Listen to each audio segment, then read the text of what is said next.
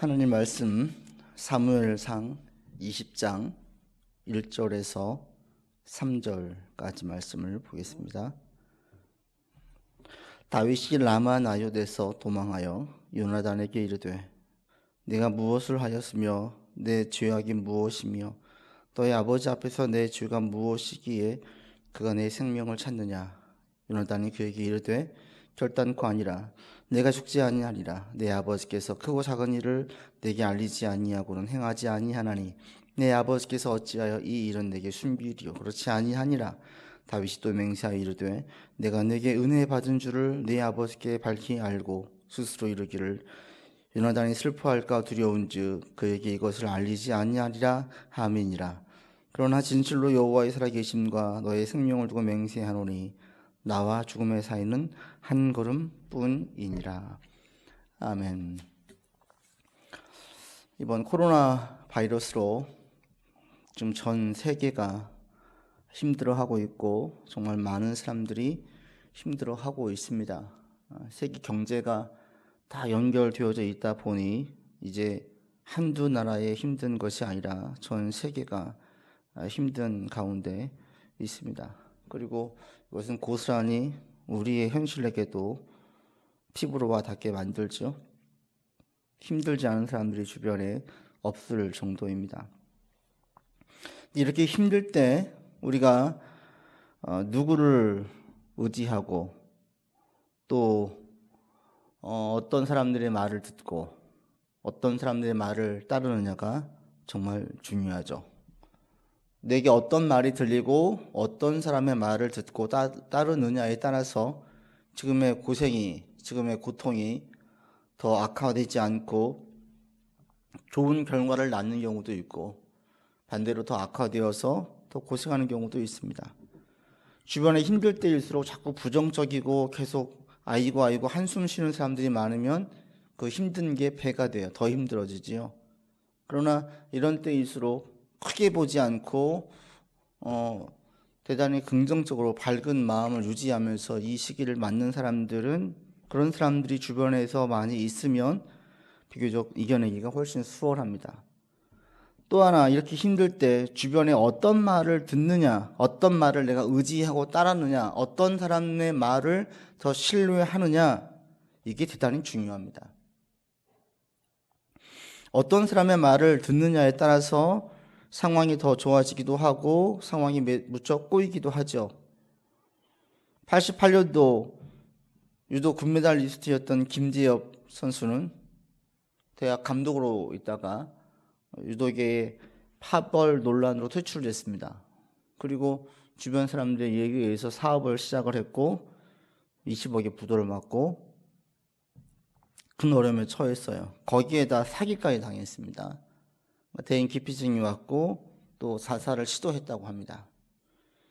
주변에서 무엇인가 힘들 때 어떤 사람이 이거 한번 해봐. 그래서 그것이 잘 풀리는 경우가 있는가 하면 이거 한번 해봐 그랬다가 그것 때문에 더 고생하고 패가 망신하는 경우도 있습니다. 힘들 때 누구를 신뢰하고 또 누구를 의지할까? 요즘에 특히 기독교에서도 한 목소리가 나오지 않고 있어요. 지금의 상황에 대하여서 특별히 광화문발 사건 이후로 기독교계의 소리가 나뉘어졌습니다. 이럴 때 우리가 누구의 말을 들어야 될까? 누구를 더 신뢰해야 할까? 이 부분들을 좀 진지하게 생각하게 해보게 만듭니다. 오늘 다윗을 통해서 우리가 누구를 더 신뢰해야 되고 또 누구의 말을 더 가치 있게 여겨야 되는지 그리고 누구의 말을 좀 분별해야 되는지를 살펴볼 수 있습니다. 본문의 다윗도 지금 크게 힘들고 어려운 가운데 처했습니다. 사울 왕이 자기를 죽이려고 한다는 거죠. 왕이 자신을 죽이려고 한다는 것은 더 이상 그 나라에서 고국에서 아무것도 할 수 없다는 것을 의미하죠. 아무것도 할 수 없어요. 자기 생명을 건질 수도 없는 거죠. 생명이 보장되지 않습니다. 이렇게 큰 두려움에 다윗이 처해 있을 때 두 사람의 말이 들립니다. 하나는 사울의 말이 들리고 또 하나는 요나단의 말이 들립니다. 그리고 다윗이 이 두 사람의 말을 대할 때에, 들을 때에 반응하는 태도는 완전히 다르지요. 사울의 말은 철저하게 불신합니다. 물론 처음에는 사울의 말을 대단히 신뢰했었습니다. 그러나 더 이상 신뢰하지 않습니다. 반면에 요나단의 말은 대단히 신뢰하는 다윗을 볼 수 있습니다. 우리가 누구의 말을 신뢰하고 누구의 말을 신뢰하지 않아야 할까요? 첫 번째, 사울과 같은 사람의 말은 신뢰하면 안 됩니다. 다윗이 사울을 신뢰하지 않는 이유 무엇입니까? 여호와 이름 맹세였어요. 사울이 여호와 이름으로 맹세했었습니다. 다윗은 이 말을 신뢰했습니다. 다윗, 요나단, 아니 당시 이스라엘 모든 사람들에게 여호와의 이름으로 한 맹세는 절대적인 신뢰성을 줄 수 있는 그런 말이었어요. 아, 저거는 반드시 지키려고 하는, 자기 목숨을 걸고 하는 맹세구나, 이렇게 받아들였어요. 그런데 사울이 그 맹세를 깨버렸어요. 그래서 더 이상 그 사울을 신뢰할 수 없게 된 거죠. 아무리 설명을 요나단이 설득을 하려고 해도 설득이 안 되지요. 오늘 우리가 읽었던 본문에 보시면 요나단이 이렇게 얘기합니다. 아버지께서 크고 작은 일을 내게 다 알려준다. 그래서 한 개도 숨기지 않고 다 알려주니까 네가 위험에 처하지 않을 거다. 우리말로 바꾸면 이런 거예요. 아버지가 그 당시에 욱해가지고 화가 나서 너한테 창을 던진 거지 정말 죽이려고 하는 건 아니야. 정말 죽이려고 했다면 나에게 다 얘기했을 거야. 그러니까 걱정하지 마. 이게 요나단의 말이에요. 그 말을 들은 다윗은 전혀 신뢰하지 않습니다. 아닙니다. 지금 아버지께서 형님에게 숨기는 거 있는 것입니다. 왜? 슬퍼할까 봐 숨기고 있는 거예요. 사실 저하고 죽음 사이에는 한 걸음뿐입니다.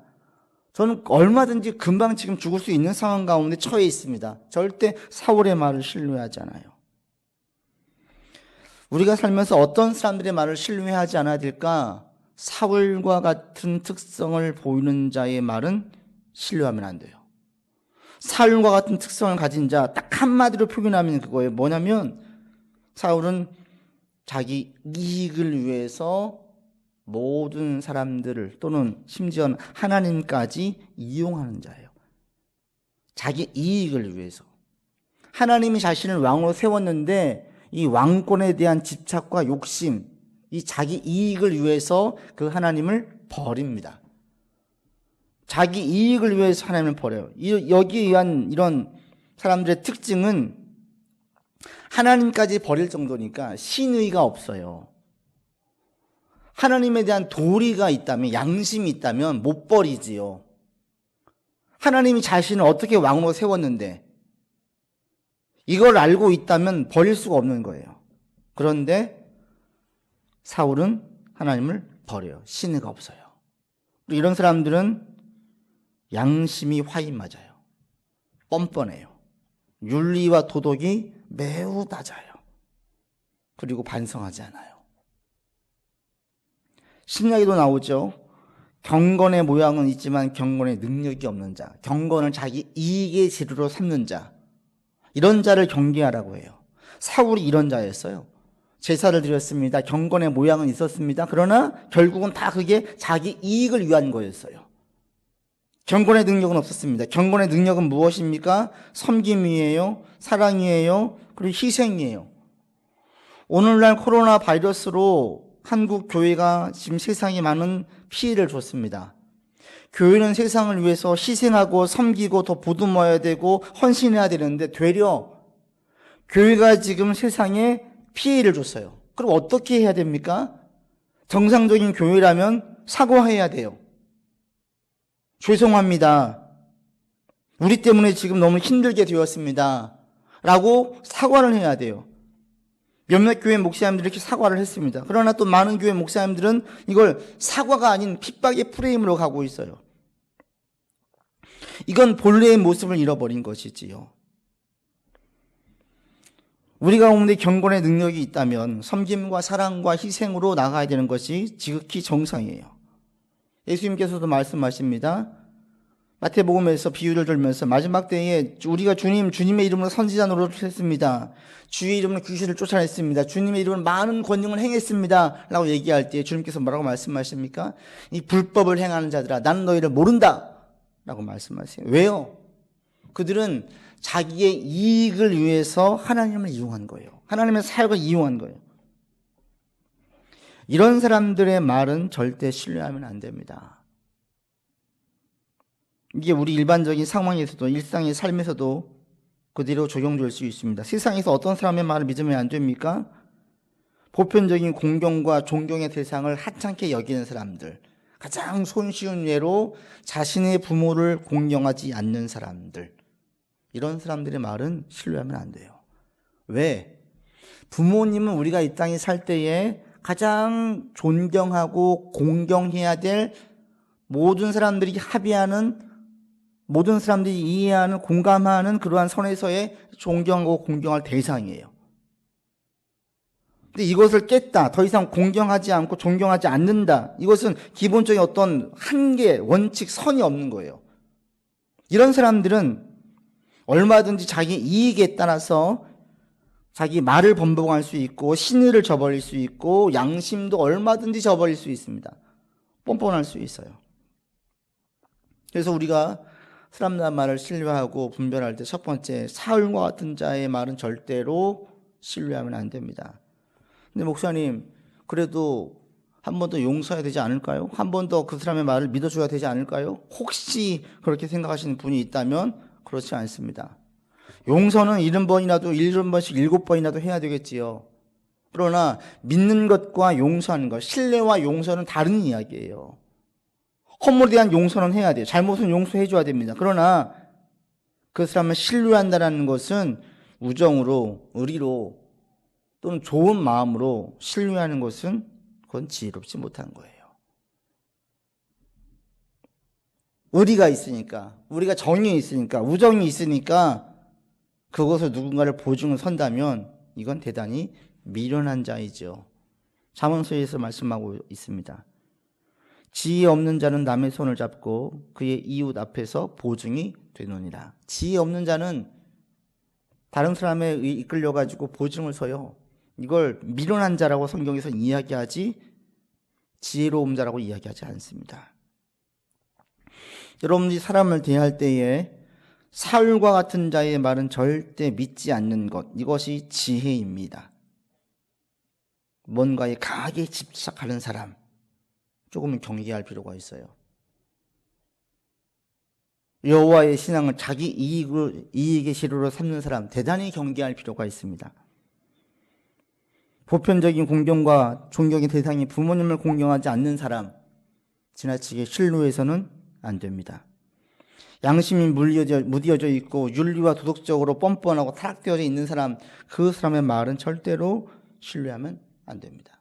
설령 그들이 어떤 분야의 전문가이든 세상에서 큰 권위가 있는 사울처럼 왕의 자리에 있다고 해도 그 사람의 말은 신뢰하면 안 되는 것이지요. 그래서 오늘날 여러 교회에서 다양한 소리가 나오고 있을 때에 여러분 누구를 더 신뢰해야 할까요? 개용교회 목사님의 말, 유명한 자의 말 아니라는 거예요. 이것은 신뢰의 대상, 신뢰할 수 있는 기본에 두면 안 된다는 거예요. 앞서 말씀드린 집착하고 있는 사람, 신앙을 자기 자신의 이익의 재료로 삼고 있는 사람, 이런 사람들은 경계해야 돼요. 그가 어떤 위치에 있든지, 얼마나 많은 인지도가 있든지, 얼마나 큰 교회의 목사이든지에 상관없이.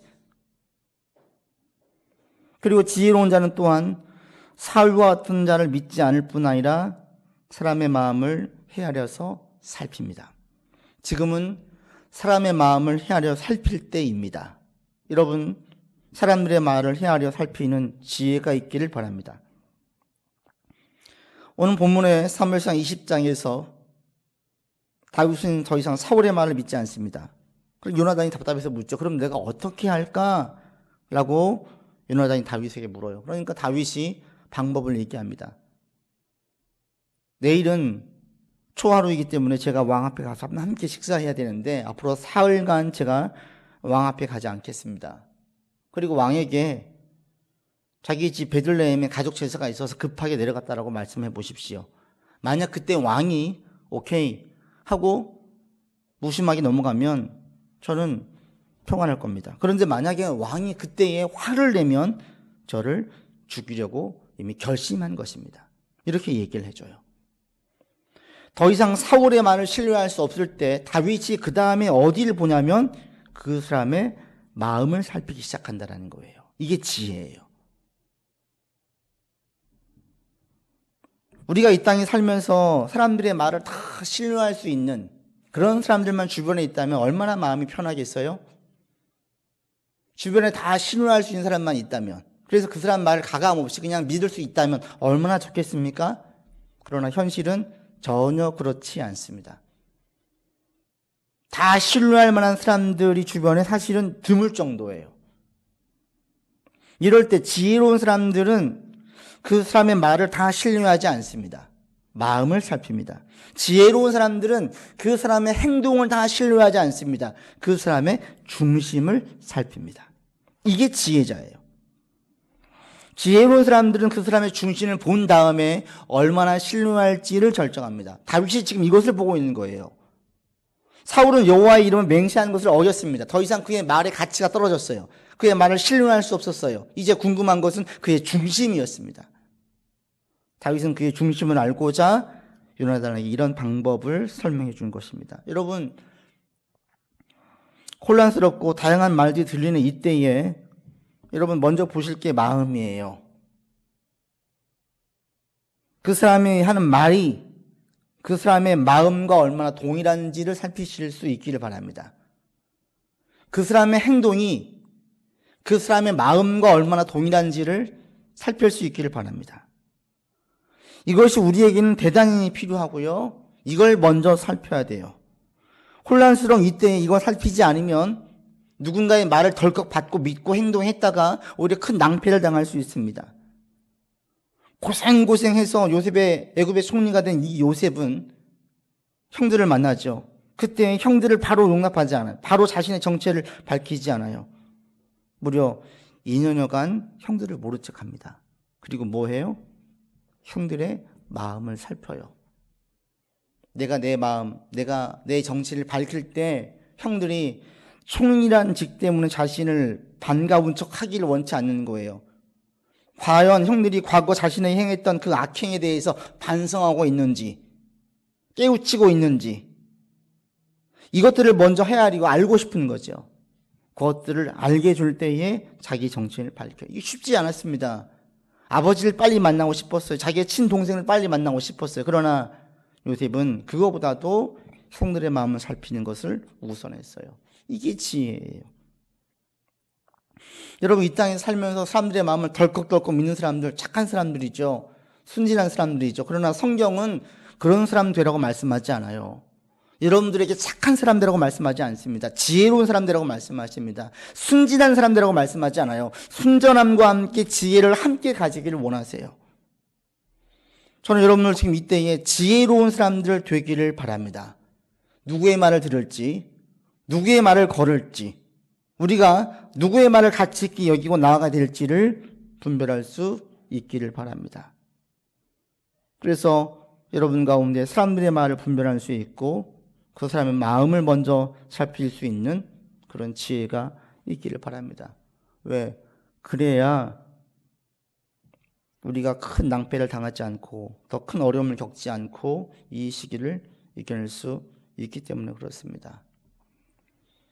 오늘날 교회 내에서도 교인들 가운데에서도 교회에 실망하고 목사에 실망하는 이들이 적지 않습니다. 저도 기사를 볼 때마다 얼굴이 화끈거리고 창피한 적이 한두 번이 아니에요. 말과 행동, 말과 그 마음의 중심이 너무 다른 사람들을 볼 때에 아주 창피해요. 여러분, 이런 경험을 볼 때에 시험 들지 마시고 사람의 마음을 살피는 것이 얼마나 중요한지 다시 한번 깨닫기를 바랍니다.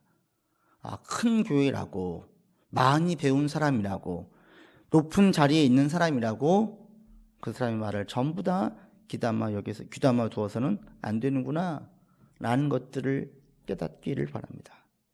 그래서 오히려 이 시기에 사람의 마음을 살피고 헤아리는 것이 얼마나 중요한지를 깨달아서 이 땅을 살아나갈 때에 사람의 말과 행동에 지나치게 크게 가치를 두지 마시고 먼저 사람의 마음을 헤아리는 데 힘쓸 수 있는, 이게 자연스러워지는 그런 지혜가 여러분들에게 있길 바랍니다. 사람의 마음을 헤아린다는 것은 늘 누군가를 의심해라, 경계해라 이런 말이 아니에요. 나는 모든 사람들을 똑같이 대할 수 있어요. 순전하게 대할 수 있어요. 다만 사람들이 내게 하는 말들을 가감없이 그들을 믿지 말라는 말이지요. 우리는 살면서 많은 말들을 듣습니다. 여러분 잘 분별하십시오. 거기에서 하나님의 말씀, 하나님의 음성을 들으시고 그 가운데에서 하나님의 음성이 아닌 것들은 과감히 버릴 수 있는 여러분들 되기를 바랍니다. 다윗은 더 이상 사울의 말을 신뢰하지 않았고 사울의 중심, 마음을 알고 싶어 했어요.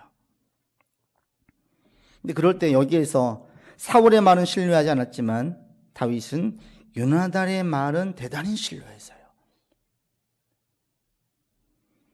사울에게는 깊은 의심을 품고 있었는데 반면에 요나단에 대해서는 지나치다 싶을 정도로 절대적인 신뢰를 보입니다. 좀 지나칠 정도로. 요나단에게 이렇게 감정을 자기 보이고 자기 약한 모습을 보인 경우가 없어요. 그 이후에는 요나단에게 보인 적 말고는 하나님 이후에는 없었어요. 그 정도로 다윗은 요나단을 신뢰했어요. 다 자기 속마음을 보였어요. 근데 성경에 다윗이 요나단에게 속마음을 다 보인 것처럼 자기 속내를 다 보인 사람이 한 명 있습니다. 야곱이에요. 야곱이 자기의 외삼촌인 라반에게 자기의 속마음을 다 보입니다. 형 에서에게 도망쳤어요. 야반도주했어요. 처음으로 집을 떠나서 엄마의 혈육인 삼촌에게 와서 너무 고생해서 너무 곤고한 나머지 자기의 속내를 다 소상히 얘기했어요. 그러자 삼촌이 얘기하죠. 여기는 네 집처럼 여겨라. 그렇게 했어요. 그런데 그 말은 믿으면 안 되는 말이었어요. 무려 14년 동안이나 삼촌에게 속임당해서 월급 한 푼 받지 않고 무임금으로 노동을 하죠. 자기 속내를 다 보였을 때에 보편적으로 사람들은 그 사람의 약점으로 여기고 때로는 약점을 주고 그 사람을 흔드는 경우가 다반사예요. 다윗은 그런데 왜 이때에 요나단을 이렇게 신뢰할까요?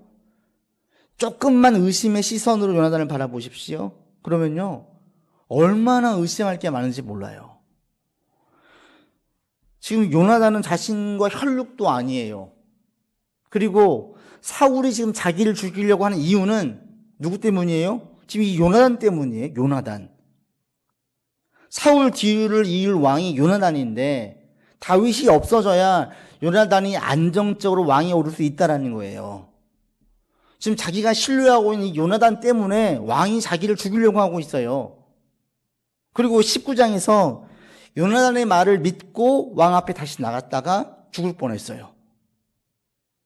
아닌데 이제 여호와 이름 맹세했기 때문에 너는 절대 안 죽일 거야. 왕이 맹세했어. 약속했어. 왕 앞에 나갔어요. 그리고 얼마 있지 않아서 왕이 창을 던졌어요.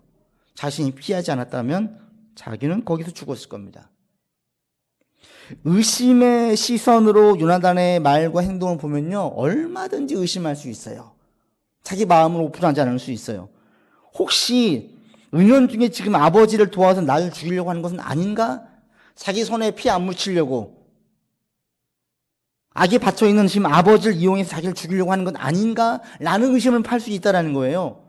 그런데 다윗은 전혀 의심하지 않아요. 철석같이 믿어요. 자기 속을 다 보여줘요. 왜 그럴까요? 다윗은 요나단을 신뢰할 때에 혈육에 의지하지 않았어요. 정에 의지하지 않았어요. 그의 왕자란 자리에 그 권위와 그 백그라운드에 의지하지 않았어요. 무엇에 의지했어요? 무엇을 신뢰했습니까? 신앙이에요. 신앙. 다윗과 요나단이 마음이 딱 맞은 게 뭐였어요? 여호와를 경외하는 그 열심과 마음이 동일했어요. 이것 때문에 다윗과 요나단이 죽이 맞았고 다윗은 요나단을 신뢰할 수 있었던 것이었습니다. 요나단은 다윗과 같이 하나님을 경외하는 자였습니다. 하나님의 이름을 존귀히 여기는 자였습니다. 왕인 자리에 집착하지 않는 자였습니다. 그래서 다윗은 요나단을 온전히 신뢰할 수 있었어요. 상황은 의심할 수도 있는 상황이었는데 이것은 요나단의 잘못이 아니라는 것을 다윗은 확신했어요. 우리가 누구보다도 그리스도인들을 더 신뢰하고 아껴야 되는 이유가 여기에 있습니다. 그리스도인들은 하나님을 경외하는 자예요. 하나님을 경외하는 그 사람이 그 중심이 변하지 않고 계속해서 하나님을 경외한다면 그 사람은 어느 누구보다 신뢰할 수 있는 사람입니다. 우리가 누구를 신뢰해야 됩니까? 여러분, 사회적인 지위, 평판 또는 사람의 됨됨이, 성품 좋아요. 그러나 이것보다도 더 정확한 신뢰할 수 있는 기준이 있습니다. 뭐예요? 믿음이에요. 믿음. 여호와를 경외하는 믿음이 있는가? 하나님에 대한 신뢰가 있는가? 이걸 사울의 삶에 그대로 적나라하게 드러내서 말한다면, 한마디로 말하면 신앙을 자기 이익의 재료로 삼지 않는가? 이거예요. 이 관점에서 볼 때에 오늘날 한국교회가 크게 나누어지게 만들었던 주동자 역할을 했던 전광훈 씨는 저는 신앙을 자기 이익의 재료로 삼는 사람이라고 분명히 말씀을 드립니다. 이 사람의 말은 절대 신뢰하면 안 됩니다. 제가 좀 깜짝 놀라는 게 의외로 광화문에 많은 목사님들이 갔더라고요. 그리고 지금도 그 전광훈 씨의 말을 그 사람의 행동은 과격히 있을지 모르겠지만 말의 내용은 좀 귀담아 들을 필요가 있다라고 말하시는 분들이 있어요. 얼마 전에 그 기사에서 또 어느 분, 두 분 목사님 대담을 나누는데 한 분이 그런 말씀을 하시더라고요. 그분의 얘기를 귀담아 들을 필요는 있다. 반대편에 있던 분이 말씀하세요. 그거 한 내용이 무엇입니까? 아무 내용이 없습니다. 라고 반박을 하더라고요. 전 그분이 얼마나 나라를 사랑하는지 또 그분의 정치 성향이 어떠한지 이걸 묻는 게 아닙니다. 그냥 그분의 삶을 보세요. 그 사람의 삶을 보세요. 사랑제일교회가 지금 장유 19역에 있습니다. 여기는 지금 재개발 지역이에요. 다른 모든 분들은 보상금에 합의를 해서 다 나갔어요. 오직 사랑제일교회만 남아있어요. 그 교회에게 제시한 보상 금액이 82억이었습니다. 교회에서 요구한 보상 금액은 얼마인 줄 아십니까? 거의 107배에 달하는 563억이에요. 563억을 보상금으로 달라고 얘기했어요. 이 내놓은 그 항목들을 보면 기가 막힙니다. 나중에 다시 지을 그 인테리어 비용, 교회를 세울 때 평당 인테리어 비용으로 평당 1,000만 원씩을 책정했어요. 우리나라 최고급 호텔도 평당 700을 넘지 않는다고 합니다. 최고급 호텔도. 교회를 통해서 돈놀이 하는 거잖아요. 한몫하게 챙기려고 하는 거잖아요. 모든 사람이 생각할 때에 어떤 일상적으로 생각할 때에 합리적인 선이 있는데 그 선을 지나치게 넘어섰어요. 그리고 그의 행태는 여기서 끝나지 않습니다. 용역을 통해서 교회를 철거하려고 하자 교회에서 설화를 시작을 해요. 자기 인지도를 이용해서 교회 내에서, 이전에는요 다른 교회로 집회를 다녔었어요. 그런데 철거의 위험이 있자 교회에서 매일 금식 기도를 합니다. 교회에서 매일같이 집회를 합니다. 뭐예요? 순진한 교인들을 대상으로 교회에 떠나가지 못하게 방패막이 삼고 있는 거 아니겠습니까? 철거하지 못하도록. 그리고 그 교회가 마치 성지인 양 미화시킵니다. 순진한 교인들은 그것을 보면서 안타까워해요. 하나님, 이 교회가 무너지지 않게 해주십시오. 마치 예루살렘 성인 것처럼. 이것은 기만이에요. 경건을 자기 이익의 재료로 삼고 있는 것입니다. 신앙관, 정치 성향, 애국심 다 이걸 따지지 않습니다. 오직 일단 드러난 사실만 가지고 이야기할 때에 교회를 통해서 큰 돈을 벌고 싶은 거예요. 그리고 그것이 어려워지자 교인들을 이용하고 있는 거예요. 순진한 교인들은 이것을 모르고 그냥 거기에 당하고 있는 거예요.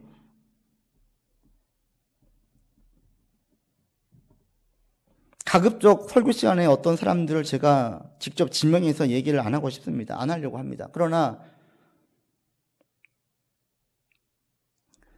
이로 인한 피해가 너무나 크기 때문에 열심히 있을 수 있습니다. 국가를 사랑하는 마음이 있을 수 있습니다. 정치 성향 다른 건 전혀 문제가 되지 않습니다. 그 사람이 지금 목사로서 교회를 가지고 큰 돈을 챙기려고 하는 것은 사실이에요. 경건을 자기 이익의 재료로 삼고 있습니다. 이런 자의 말은 절대로 들으면 안 돼요. 그런데 왜 이런 자의 말에 내용을 귀담아 들어야 된다고 말씀을 하시는지를 모르겠어요.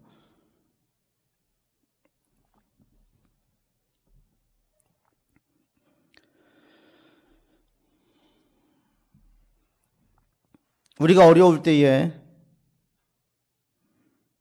우리가 누구를 신뢰하느냐 정말 중요합니다. 혹시 여러분 앞서 말씀드린 것처럼 경건을 자기 이익의 재료로 삼는 사람들에 의해서 배신당하셨습니까? 내가 신뢰했는데 사울처럼 나를 배신하고 나를 어렵게 한 자가 있습니까? 그래서 그 사람 때문에 내가 많은 것을 잃어버렸습니까? 그에 대한 분노와 불신이 가득합니까? 여러분 기억하십시오. 많은 것을 잃었을지는 몰라도 모든 것을 잃은 것은 아닙니다. 많은 것을 잃었을지 몰라도 인생이 망할 정도는 아닙니다. 제가 그래서 지금의 상황을 볼 때에 창피하고 암담하면서도 이중적인 마음으로 소망이 같이 있는 거예요.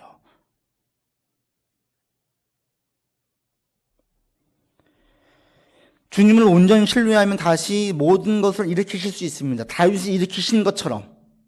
앞서 말씀드린 그 올림픽 금메달리스트였던 김재엽 선수는 친하게 지낸 2살 많은 형님이 얘기했대요. 그 사람 때문에 일어섰다고 얘기해요. 너는 내게 영웅이었다. 나는 너를 믿는다. 이 말이 자살 기도했던 그 사람으로 하여금 대학 교수가 되게 만들었어요.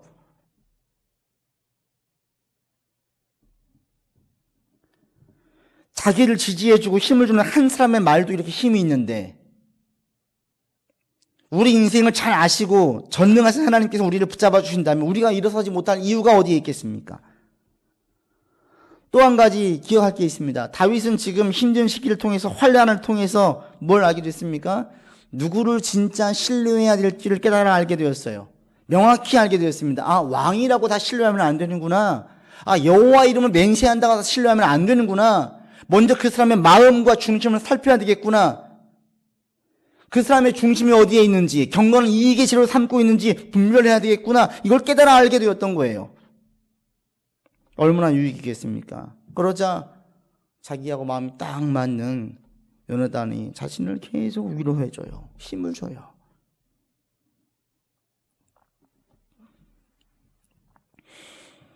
내가 힘들고 어려울 때에 나를 힘들게 하는 사람들, 나를 시험 들게 했던 사람들, 그들에게 주목하지 마십시오. 그들에게 집중하지 마십시오. 저도 요즘에는 그런 기사가 나오면 좀 애써 외면하려고 해요. 속상하고 창피해서. 그러면서도 한편에 큰 소망이 있습니다. 많은 교인들이 힘들어하면서도 그러면서도 어떤 마음이 있어요? 건강한 교회가 없나? 건강한 목사가 없나? 건강한 교인이 없나? 다윗과 같이 순전한 마음을 가지고 있는 신앙인들은 건강한 교회를 찾아요. 건강한 목사를 사모해요. 건강한 성도들과의 교제를 원해요. 있어요. 제가 소망을 품고 계속 건강한 교회를 만들기 힘쓰는 원하는 이유가 여기에 있습니다.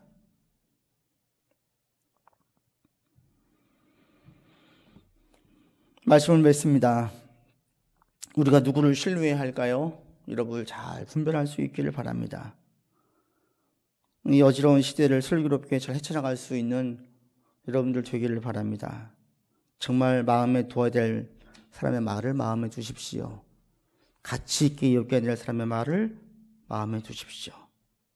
그리고 이런 상황들을 보면서 믿음을 더욱더 굳건히 하심으로 내가 믿음을 굳세게 바르게 믿고 나갈 때 하나님께서 우리의 소망을 부끄럽지 않게 해주시고 우리에게 좋은 결실로 이끌어 주실 것을 분명히 믿으면서 한 주를 사시고 사람들의 말을 잘 분별할 수 있는 여러분들 되기를 주의 이름으로 권면드립니다.